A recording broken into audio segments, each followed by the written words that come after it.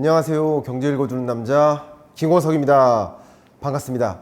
2024년 경제전망 스태그플레이션이라는 단어를 여러분께 제시해 드려보고자 합니다.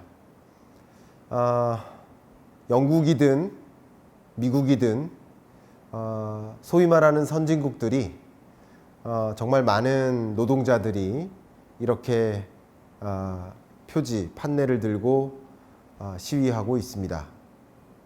파업도 일어나고 있습니다. 그 파업의 현장에서 제 눈길을 끌었던 하나의 문구가 있는데요. Freeze prices, not the poor. 우리 가난한 서민을 얼리지 마라. 가격을 올려라. 그러니까 우리 서민을 떨어뜨리지 말고 가격을 좀 떨어뜨려라. 그러니까 이 많은 파업이라든가 시위라든가 이런 현장에서의 모습은 너무나 높은 물가 때문에 벌어지는 현상인 것이다. 근데 그 물가 때문에 이 벌어지는 여러 시위나 파업의 현장은 아마도 그 물가 때문에 견디기 힘드니 임금 올려달라라는 것인데, 근데 임금이 올라가다 보면 또 물가가 올라가고, 그러면 또 역시 임금을 올려야 되는 고물가의 악순환의 고리에 놓이게 되는 것이 아닌가 하는 걱정이 듭니다. 실제 물가가 안 잡힌 채 계속 유지되다 보면 우리 경제가 안고 있는 하나의 위기라고 만약에 표현해 본다면 그것은 바로 생활비 위기다. 2020년 팬데믹 경제 위기가 왔었고, 조금 거슬러 올라가면 2008년 글로벌 금융 위기가 왔었고, 또 역시 조금 더 거슬러 올라가면 IMF 외환 위기가 있었는데, 그 위기가 왔을 때마다 그 위기의 성격은 달랐는데 2024년 경제는 생활비 위협이 아닌가. 물론 24년 경제를 저는 경제 위기로 분류하고 싶지는 않습니다. 그러나 이런 상징적인 문구가 등장한 만큼 고물가가 안 잡힌 채 우리는 2024년을 살아가야 되는 그런 상황에 놓여 있는 절박한 상황입니다. 제가 매년 경제 전망서를 발간하고 있고, 이번에 6번째 경제 전망서를 발간하는데요. 이 6번째 경제 전망서의 제목은 스태그플레이션 2024년 경제 전망입니다. 일단 여러분들께 스태그플레이션이란 무엇이고, 우리는 그 스태그플레이션을 어떻게 이해해야 되는지, 그러면 나는 어떤 식으로 대응해야 되는지 하는 것을 생각해보는 어떤 시점에서, 그런 굉장히 중요한 순간이라고 생각할 수 있는 지점에서 오늘의 이야기를 좀 시작해 볼까 합니다. 먼저 스태그플레이션이란 도대체 무엇이냐? 제가 이미 스태그플레이션이라는 주제를 던진 적이 있었는데요. 그때 이렇게 말씀드렸습니다. 여러분, 물가가 치솟아요. 근데 소득도 같이 올라가요. 견딜만 하지요. 인플레이션 경제예요. 소득이 떨어지고 있어요. 별로 안 좋죠. 소득이 줄어들고 있어요. 그러나 물가도 같이 떨어져요. 그러면 역시 견딜만 한 것 같아요. 디플레이션 경제죠.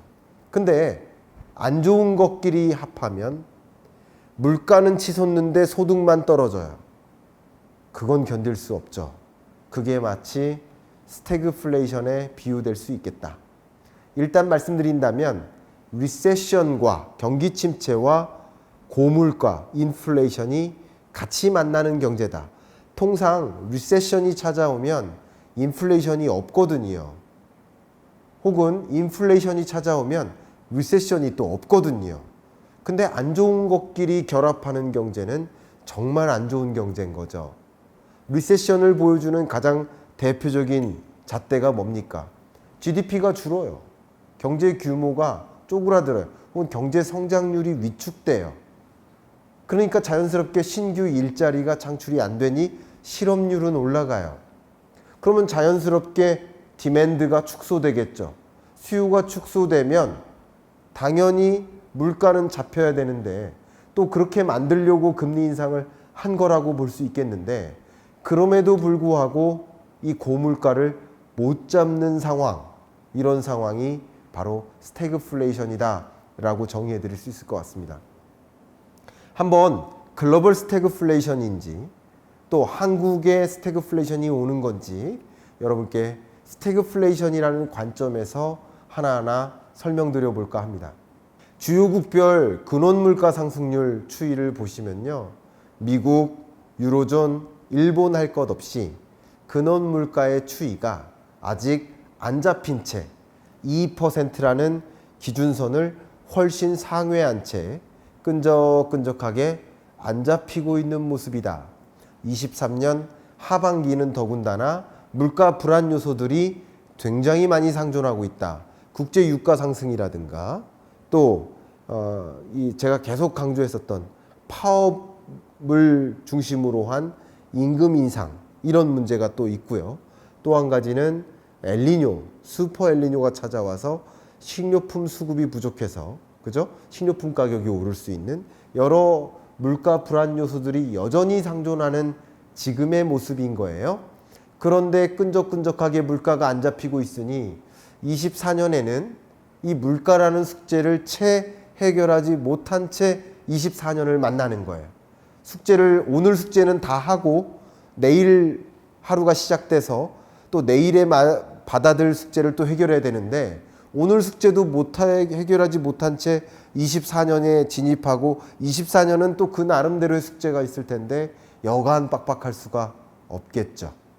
실제 OECD 주요국별 코어 인플레이션 근원물가 상승률 추이를 보면 주요국들이 다 2024년까지도 목표하는 2%대 물가 상승률까지 안 떨어진다라고 보면 글로벌리 인플레이션 현상은 숙제를 해결하지 못한 채 역시 잔존한다, 리메인한다. 2024년에도 이 고물가 기조는 여전히 유지된다라고 볼 수 있어요. 그럼 이 고물가 기조가 유지된다는 것은 물가가 오른다. 다른 말로 돈의 가치가 떨어진다. 돈의 가치가 떨어지니 같은 돈의 규모를 가지고 같은 소득을 가지고 살 수 있는 물건의 개수가 줄어든다. 그게 바로 실질소득의 개념이라고 말씀드렸죠. 실제 OECD에서 지금 이코노믹 서베이를 했는데 Purchasing Power Changes for the Average Household 평균적인 그냥 중산층의 경우에게 물어봤더니 구매력이 어떻게 되고 있다? 다 떨어지고 있다. 에너지를 제대로 못 사고 있다. 식료품을 제대로 못 사고 있다. 그리고 그 밖에 나머지 근원 물가에 해당되는 식료품과 에너지를 제외한 나머지 품목에 대해서도 충분히 소비 지출할 여력이 없어지고 있다라고 설명하고 있습니다. 그것은 정말 우리가 알고 있는 정말 강대국들, 그죠? 선진국들, 그런 나라들이 공통적으로 작용되고 있는 그런 공통적으로 경험하고 있는 굉장히 중요한 이슈입니다. 이렇게 물건을 살 여력마저 축소되니 시위로 나갈 수밖에 없고 또 파업을 할 수밖에 없는 거죠. 그럴 마음도 충분히 이해가 갑니다. 특히 이 글로벌 인플레이션 현상이 여전히 남아있다 보니 소득 계층별로 보면 어떤 소비 지출이 어려울까라는 것을 생각해 보니까 유독 상대적으로 고소득층의 경우에는 주로 이 인플레이션에 대한 충격이 어떤 형태로 찾아와요? 식료품과 에너지가 아니라 식료품과 에너지를 제외한 나머지 품목에 대한 소비 여력에 영향을 미쳐요. 그러니까 쉽게 말하면 여행 가고 스포츠, 오락, 여가, 문화 활동을 즐기는 그런 품목들을 포함한 영역에서 소비 지출에 악영향을 주는 거예요. 소비 지출을 못 하는 거예요. 고소득층은. 근데 저소득층의 경우에는 정말 줄여서는 안 될 품목, 식료품과 에너지 부문에 걸쳐서 소비가 제대로 이루어지지 못하고 있는 거예요. 그럼 삶의 질이 떨어지지 않겠습니까? 식료품 소비 지출 못하고 에너지 소비 지출 못하면 추울 때 얼마나 춥고 더울 때 또 얼마나 덥겠습니까? 글로벌 인플레이션 현상이 잔존하다 보니까 특히 경제가 뚜렷하게 회복되지 못하다 보니까 글로벌 스태그플레이션이 찾아오는 겁니다. 인플레이션을 가지고만 지금 말씀드렸어요. 그 다음은 경기 침체를 말씀드려야죠. 자연한 수순이라고 볼 수 있겠죠. 유로존에 해당되는 많은 나라들에서 실제 indebtedness, 이게 뭡니까? 부채에 대한 의존도예요. 그것으로 인해서 부채가 너무 가중하다, 소득 대비 부채 문제가 가중하다고 이렇게 느끼고 있는 겁니다. 유로존에 있는 많은 국가들이. 그러다 보니까 또 대출을 적극적으로 안 해줘요. 많은 은행들이 대출을 적극적으로 안 해주고, 그러면 기업들이 또 돈이 정작 필요한, 대출이 정작 필요한 가게에게는 대출이 안 되니까 또 쪼그라드는 거예요. 악순환인 거죠. 거기에 더군다나 뱅크럽시, 뭡니까? 은행 파산, 그러니까 금융부실 문제가 계속 펼쳐지고 있어요. 우리나라도 금융부실 문제가 있죠. 우리나라만 있는 게 아니에요. 고금리와 고물가, 이게 계속 장기화되다 보니까 소위 부동산 문제가 있을 수 있고, 미분양 사태가 있을 수 있고, 미국에는 주로 상업용 부동산이고 우리나라는 주로 주거용 부동산이지만, 미분양 주택이 쌓이다 보면 자연스럽게 이 부동산 PF 대출 잔액이 쌓이고, 그것을 갚을 능력이 상실되니 이게 금융부실로도 연결될 수 있어요. 이런 것들이 각 국가의 경제를 악화시키는, 고물가가 계속 지속된다 보니 고금리를 계속 유지해야 되고, 그러다 보니 경제에도 계속 부정적인 영향을 미치는 모습이라고 해석해 볼 수 있겠습니다. 더군다나 또 한 가지가 엎친 데 덮친 격이 중국의 슬로우다운, 중국의 샤프 슬로우다운, 중국이 좀 강한 속도로 슬로우다운 하고 있다 보니까, 저성장 고착화되고 있다 보니까, 저의 표현은 꼬꾸라지고 있다 보니까 중국의 GDP의 부정적인 종전의 GDP 성장률보다 줄어드는 국면이다 보니까 결과적으로 이것은 주요국들의 세계 경제, 주요국 경제에 또 부정적인 영향을 미칩니다. 또 수출에 영향을 미칩니다. 독일이 가장 대표적인 예죠. 중국을 절대적인 수출 대상국으로 삼고 있는데 수출길이 막히는 거예요. 중국 경제가 꼬꾸라지니까. 그러니까 독일 경제가 어떻게 돼요? 역성장하는 거죠. 이런 식으로 경기 침체까지 가중되는 모습이니까 글로벌 스태그플레이션, 물가라는 숙제를 해결하지 못한 채 경기 침체는 장기화되는 모습, 이렇게 설명드려 볼 수 있을 것 같습니다.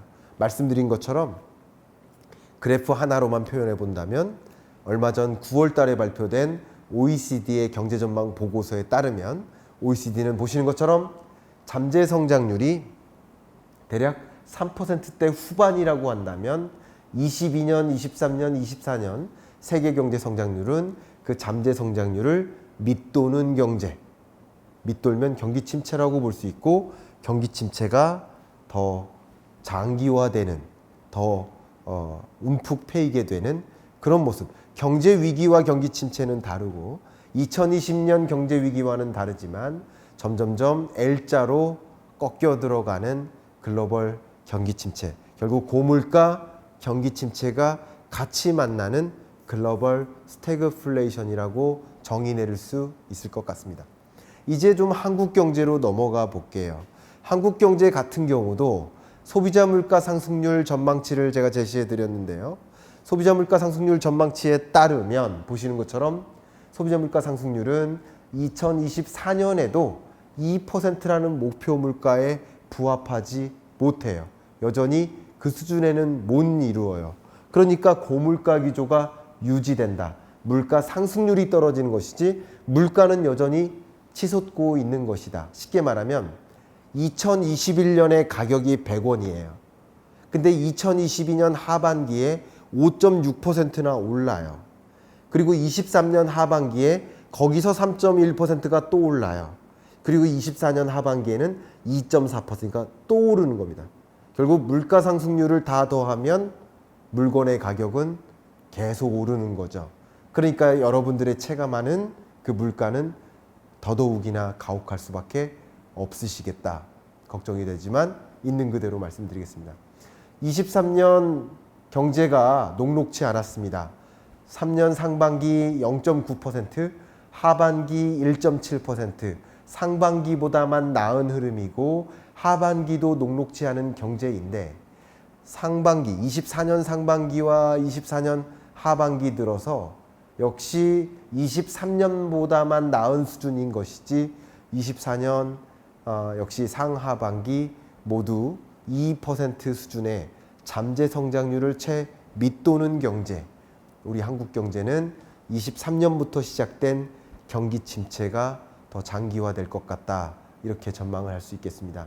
결과적으로 물가 상승률은 못 잡은 채 유지되고 경기 침체는 잠재 성장률을 밑도는 수준으로 계속 유지되니까 결과적으로 한국 경제도 스태그플레이션 경제, 이렇게 볼 수 있고요.